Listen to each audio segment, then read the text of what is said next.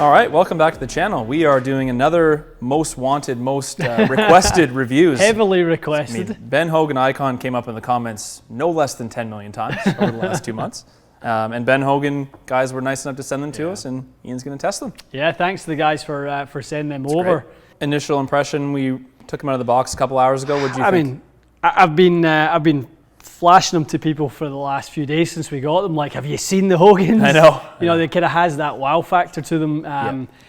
There's a bit of nostalgia in that for me as well. Mm-hmm. Some of the really good players I played with growing up, you know, they played Hogan blades, some of the old Apex blades. Okay. Yep. So there's a bit of that you kind of go, you really need to be a decent ball striker to play these. Yeah, definitely. I mean, I think you're holding the 4-iron. It's not the most butter knife 4-iron I've ever seen. No, it's not. It's still fair enough size, but if you're a traditional look person, they obviously fill that gap for you. Yeah, and that for me was always something that was a bit different about the Hogan irons, was they had a bit of offset on them, on those longer irons. Although the blade was fairly thin on the top line and stuff like that, there was a little bit of offset in there, and you know, they were fairly playable. Yeah, gives you the idea that you could actually hit them. So when we're talking, you alluded to price point.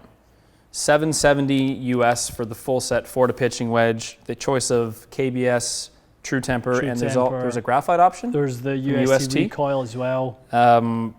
In the US market, you're probably saving $400 or $500 over other blades from top tier companies. Yep, great value, really is. But we've had one good experience already a couple years ago. The PTX Pros we tried, I thought those were great. That's right. And needless to say, I mean, obviously blades are always very sort of aspirational. People want to see them. So glad to see kind of what these may offer. We're going to test 3 different irons. Yep. Pitching wedge 7 and 4. Yep. And just basically assess, you know, are there any weaknesses to it, or are we talking about something that's just really good value? For sure. I mean, for someone who's just moved into a set of Muras, I'm interested in the feel. That's true. For someone who's coming out of having played Strixon irons for quite a while, I'm curious about this VSO. I know. Looks just like it, doesn't it? That's a big talking point on this iron is the thin VSO.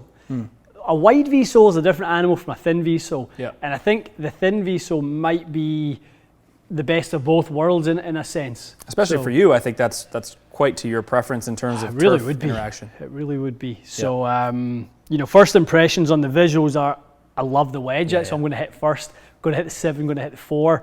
But I really like the shaping. Good looking wedge. Yeah, really nice. Okay. All right. Well, let's start swinging a few, and we can chat through.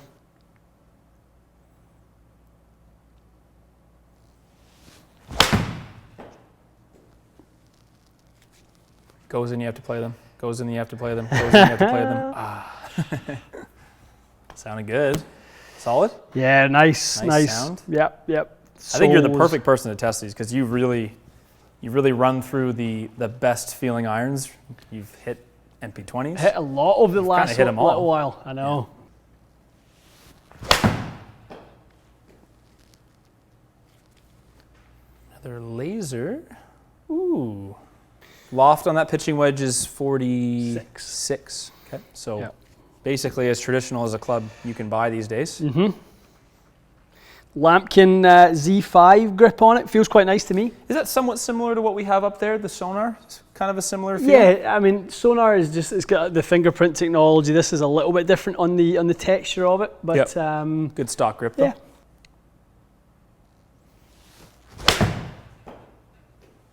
Little pulley one. It's nice. Pretty consistent on the yardage though. It's kind of obviously what you're looking for anytime you get a set of blades. It's just to regulate that carry number. Yeah, you really didn't carry it more than a couple yards long with that pull. It's exactly what you want. Yeah, that's it. I think that's the better player. You don't want the face shutting down. You don't want the face to be hot where the spin drops. The loft, dynamic loft comes down. You get that shooter over the back of the green. That's literally the reason why a better player is picking a blade. So you look for that to come up in ball speed. So you basically hit 2 perfect wedges, and that was pulled, but the ball speed didn't jump. Yeah. And that's why your spin was retained. So you basically hit a shot 23 feet from the pin that you felt like you missed. Definitely. Makes sense. That's basically why you play blades in a nutshell. That's exactly it. Yeah. Take out some of the sort of guesswork, take more of the burden of the responsibility of hitting it properly. Yep. Gotcha. That's nice. Perfect. Laser straight, yardage is nice, yeah. The only difference, not really having any trouble hitting them far enough. No, and to be honest, the only thing I'm getting used to them, and I'm definitely, the ball speeds went up a little bit, and quite enjoying them, to be honest. I like the feel. Really nice.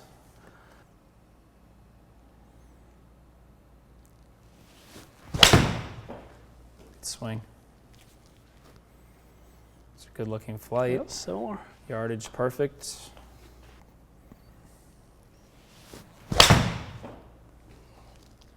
Similar. Tell you what, they're not lacking any pop, that's for sure. You don't seem to be having any issue getting your yardage. Yep, nice looking flight. That's a good sound there. That's really nice. Did make a nice sound, didn't it? Oh.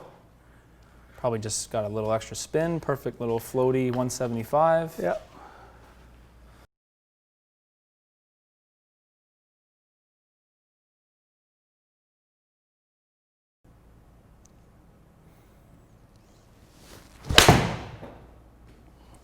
I like that. Yeah, that's nice. Very nice. That's probably more the sort of softer flight that players who are a little higher spin. I need the ball to do that for me. Yeah. Sounded good. Pin seeking. Yeah, that's nice. It's good. Lovely. So we obviously did a little kind of ball switch halfway through. Yep. With that 7-iron. Mm-hmm. First ball, Strixon Z-Star standard, so it's kind of upper 5,000 spin. Yeah. It's a little lower than you wanted. So a little lower than I would like. Sprinkled in a few Mizuno balls, which we know spin a lot more, clearly. And so the average of those two is actually looking quite good. Yep. But if you look at distance control with your last three, same ball, or within a yard of each other, that's kind of what you're looking for. That's exactly right. I mean, I think for any player who's trying to breed consistency into their game, when you start to see fluctuations like that, I mean, I don't really want to go 176, 181, 173. I want to go 172, 171, 172.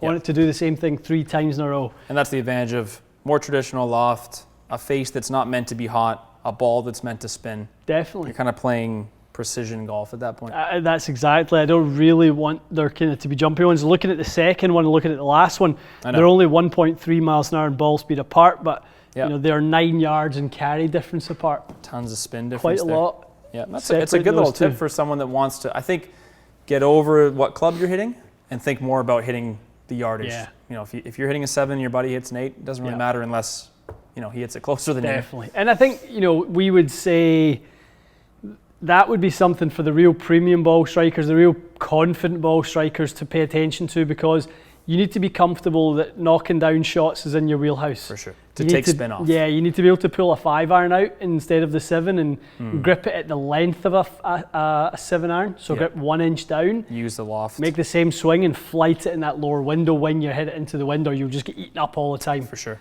So you need to know that you've got that in the locker before you take on something like this. But you see the results of it. I know. And it just, again, we've probably spoke about it in a few other videos. It's why Tiger does what he does. You're looking at someone who's probably the best iron player alive right now, and that's the way he does it. It doesn't mean it's for everybody, but now you can see why he does it. 100%. Yeah. Weaker loft, spinnier ball. That combination just to get that precision striking. No one's ever hit more iron shots just dead at the flag. And pin high, right? Like they always say that. Like Tiger's always pin high. Tiger doesn't miss it long, short, when he's playing well. And it's a great illustration of exactly what does it. It's spin rate and ball speed control. Yeah. All right, 4-iron. 4-iron. So it doesn't look too crazy. Looks 215-ish would be about. 215's good, eh?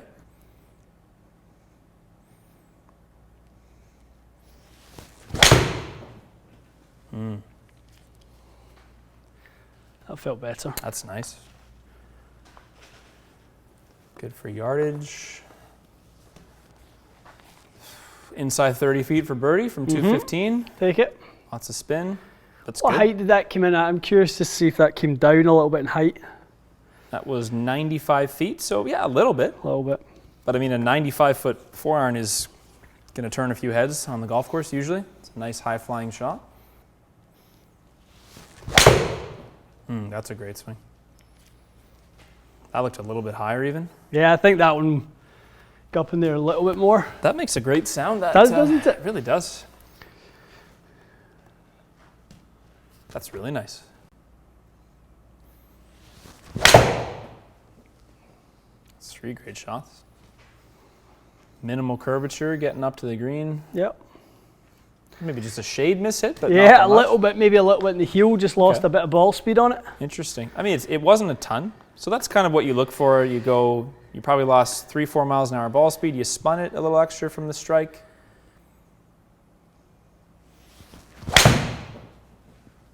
Nice. Probably the best strike of the bunch. Looked really good. Full carry there. Oh yeah, I like that. Just very consistent irons, Matty.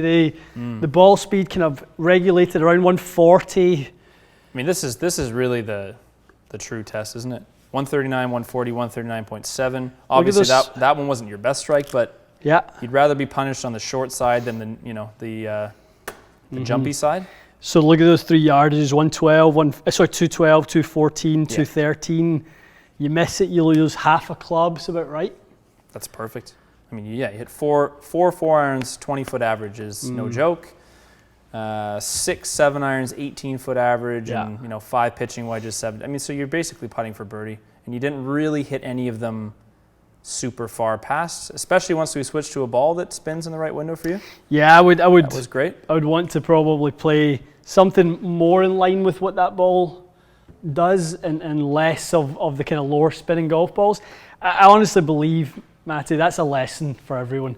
Oh, totally. You know, throwing your ball into the green like a beanbag, literally, or throwing a ball like it's landing in a sand pit. Like, I really would rather people thought of hitting in their approach shots like that. I mean, solid. all in all, you can't really. I couldn't fault them in any way. They are as described. They are as you would expect. Yep, they came nicely spec'd. You ordered them the way, and you checked the loft and lie, so that's a good sign. Yeah, I'm not saying we did a quality control of 100 sets, but it's a good sign. Yeah. They've been built properly. Definitely if that's your iron fitting, you'd be pretty happy with that. Yeah. Numbers are good. Yeah. So yeah, I mean, I bent them all from where they came. It's kind of North American standard, 62 and a 6 iron. Right. I bent them all 1.5 flat. Perfect. Before hitting them, which is nice for me. Just kind of looks the way I like it to look. Don't fear the left. I couldn't argue with them. If someone told you, Ian, I need to get a set of irons, I need to save $400 or $500 off of what most irons are. What do you think I should do? This is not a bad plan at all. It's a great option. We're talking as a competitor, technically. And that's true. The direct to consumer models. There's merit to them for a lot of people. There really is. If budget is on your mind and you look like you can fit into one of those head shaft grip combos, save yourself some money and potentially get retrofit. Yeah, I mean there's obviously shortcomings to it. Where can you be 1,000% sure that what you ordered is the right one for you without speaking to a fitter first? Maybe not. Yeah. But that's the trade-off. If you really know what your specs are, you go, I play that shaft, I play it 1/2 inch short, right. I play them 2 flat. You can be pretty confident you'll get what you need, but the fitting aspect is probably just the one weakness that we just can't do.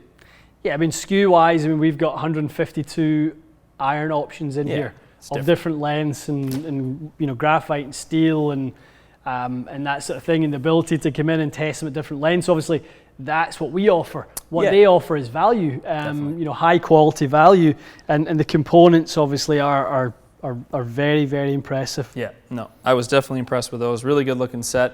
Obviously PTX Pro, and they have an edge line also, so you don't have to be a blade player. They have other ones.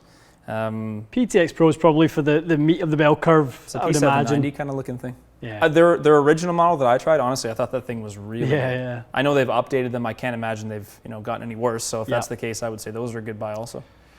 Good value, lots of tech, and a little nod to the past. Yes, heritage with the icon. Yeah, I think Hogan would probably approve of those. Yeah, I think he would. I think he really would. Yeah, very nice. Okay. Cool. Well, we always like to hear from anyone who's playing them. If you're interested in them, let us know kind of what your experiences are. Wouldn't mind hearing from everyone watching what other direct-to-consumer brands you want to see. Yeah, I've heard Sub 70 mentioned a lot. Gets mentioned a ton. If there's any that you want to see, let us know. I think we're getting, I don't know if it's just the nature of being a little bit more successful with the channel, we're starting to get stuff coming in. So we love testing stuff. If it comes in, we'll test it. We're happy to. Yeah, it's always kind of fun to get a little more variety on the channel. No question. All right, great. Well, thanks for watching, and we'll see you again next time.